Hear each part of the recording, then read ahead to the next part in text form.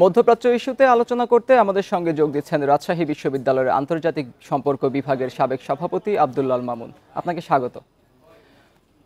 সিরিয়ার বর্তমান রাজনৈতিক অস্থিরতার সুযোগ নিয়ে ইসরায়েল গোলান মালভূমিতে নিজেদের অবস্থান শক্ত করেছে, এছাড়া কিছু এলাকাও নতুন করে দখল করেছে। এক্ষেত্রে ইয়েমেনেও তারা হামলা চালাচ্ছে।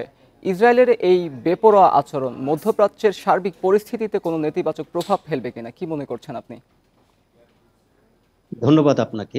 আমরা যেটা বলেছি যে ইসরায়েল হচ্ছে মধ্যপ্রাচ্যে পাশ্চাত্য শক্তির একটা প্রক্সি কান্ট্রি। ইসরায়েলকে সেখানে প্রতিষ্ঠার মাধ্যমে মধ্যপ্রাচ্যের রাজনীতিটা পাশ্চাত্য শক্তি নিয়ন্ত্রণ করতে চায়। এই জন্য যে কোনো মূল্যে ইসরায়েলকে তারা শক্তিশালী করবে, এটাই স্বাভাবিক। দ্বিতীয় বিশ্বযুদ্ধের পরে যে গ্লোবাল সিস্টেমটা দাঁড়িয়েছে, সেই সিস্টেমের বাস্তবতা এটা। এখন সিরিয়ার সাথে ওই ওই অঞ্চলে সিরিয়ার সাথে যে ইসরায়েলের সীমান্ত আছে, আপনারা দেখেন যে সিরিয়াতে যে সরকারটা এখন প্রতিষ্ঠিত হলো, যে গ্রুপটার নেতৃত্বে, এই গ্রুপটা কিন্তু পাশ্চাত্য শক্তি নিয়ন্ত্রিত। এবং প্রকাশ্যে যেটা আমরা জানি যে তুরস্ক দ্বারা নিয়ন্ত্রিত। তুরস্কও কিন্তু আপনি ন্যাটোর অন্তর্ভুক্ত। কাজে সবকিছু মিলিয়ে যেটা মনে হচ্ছে যে আঞ্চলিক রাজনীতিতে পাশ্চাত্য শক্তি তাদের আধিপত্য বিস্তার করার জন্য এই ইসরায়েলকে শক্তিশালী করতে চায়। পাশাপাশি ওখানে যে মুসলিম দেশগুলো আছে, এই মুসলিম দেশগুলোর পারস্পরিক যে প্রতিযোগিতা, এই পারস্পরিক প্রতিযোগিতার কারণেই কিন্তু মধ্যপ্রাচ্যে সমস্যাগুলো হচ্ছে না। আপনারা দেখেন যে ইরান ওখানে নেতৃত্ব দিতে চায়, তুরস্ক ওই অঞ্চলে নেতৃত্ব দিতে চায়, সিরিয়া সেখানে নেতৃত্ব দেওয়ার চেষ্টা করেছে, এর আগে ইরাক নেতৃত্ব দেওয়ার চেষ্টা করেছে, লিবিয়া নেতৃত্ব দেওয়ার চেষ্টা করেছে। অর্থাৎ আরব শক্তিগুলো পারস্পরিক নেতৃত্বের দ্বন্দ্ব হয় তারা নিজেরা করছে, অথবা বাস্তবতার কারণে পাশ্চাত্য শক্তির পলিটিক্সের কারণে তারা করতে বাধ্য হচ্ছে।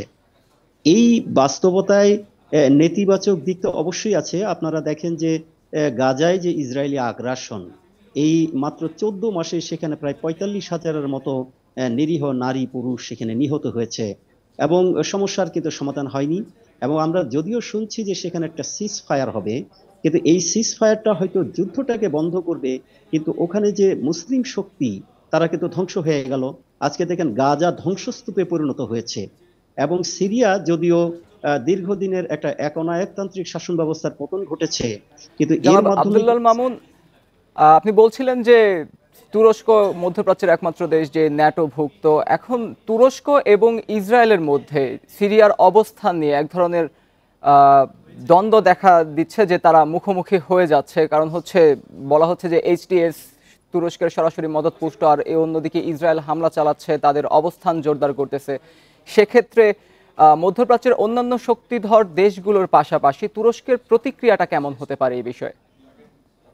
আপনি দেখেন তুরস্ক যদিও এই জায়গাটাতে নিয়ন্ত্রণ প্রতিষ্ঠা করতে চায়, কিন্তু তুরস্কের চাইতে এই অঞ্চলটার সাথে কানেক্টিভিটি কিন্তু ইরানের বেশি। এখন এই অঞ্চলে ইরান কিন্তু যদিও ওই সাম্প্রতিক পরিস্থিতিতে তারা পিছিয়ে পড়েছে, সেক্ষেত্রে তুরস্কের সাথে যখন ইসরায়েলের দ্বন্দ্বটা হবে, সেক্ষেত্রে কিন্তু তুরস্ক এইখানে খুব বেশি সুবিধা করতে পারবে না। কারণ ইসরায়েলের সাথে দ্বন্দ্বে পুরো আরববাসী মানসিকভাবে ঐক্যবদ্ধ থাকলেও তাদের যার যার রাষ্ট্রীয় স্বার্থে কিন্তু বিভিন্ন ধরনের গেম এইখানে চলছে। কাজেই এইখানে কিন্তু ইরান যদিও চায় না যে ইসরায়েল শক্তিশালী হোক, আবার তারা এটাও চায় না যে আঞ্চলিক রাজনীতিতে তুরস্ক নেতৃত্বে চলে আসো। এই একটা কমপ্লেক্স সিচুয়েশনে আপনারা দেখেন, আমার যেটা মনে হয় এখানে আসলে ইসরায়েলি গেইন করবে, তুরস্ক এখানে গেইন হয়তো সেটা করতে পারবে না। কারণ হলো যে তুরস্ক যদিও ন্যাটোভুক্ত, কিন্তু তারা কিন্তু মুসলিম কান্ট্রি, তাদের কিন্তু খিলাফতের একটা ইতিহাস আছে। কাজে পাশ্চাত্য শক্তি, আপনারা জানেন যে হান্টিংটন যেটা ক্ল্যাশ অফ সিভিলাইজেশনের কথা বলেছিলেন, যে সামনে আমাদের পুরো পৃথিবীতে যে যুদ্ধগুলো হচ্ছে সেটা সভ্যতার সংঘাত। কাজে এই পাশ্চাত্য শক্তি কিন্তু তাতে পাশ্চাত্য সভ্যতার যে একটা চ্যালেঞ্জ, যেটা তুরস্ক একসময় পুরো পৃথিবীকে নেতৃত্ব দিয়েছে, এটা কিন্তু মাথায় রাখে। কাজে যদিও তুরস্ক এইখানে মানে ন্যাটোর একটা পার্ট, কিন্তু তুরস্ককে কিন্তু পাশ্চাত্য শক্তি এই মিডল ইস্টে আধিপত্য বিস্তার করার জন্য অবশ্যই এখানে সহযোগিতা করবে না। তারা বরঞ্চ তাদের আমরা জানি খ্রিস্টিয়ান জিওনিজম সভ্যতার যে একটা জনাব ফ্রেন্ডশিপ। আব্দুল আল মামুন, আমরা আসলে আপনার সাথে আলোচনা করছিলাম মধ্যপ্রাচ্য বিষয়ে এবং পাশ্চাত্য শক্তির যে কথাটি আপনি বলছিলেন সেটি সে প্রসঙ্গে কথা হচ্ছিল। আপনাকে ধন্যবাদ আমাদের সঙ্গে যোগ দেওয়ার জন্য।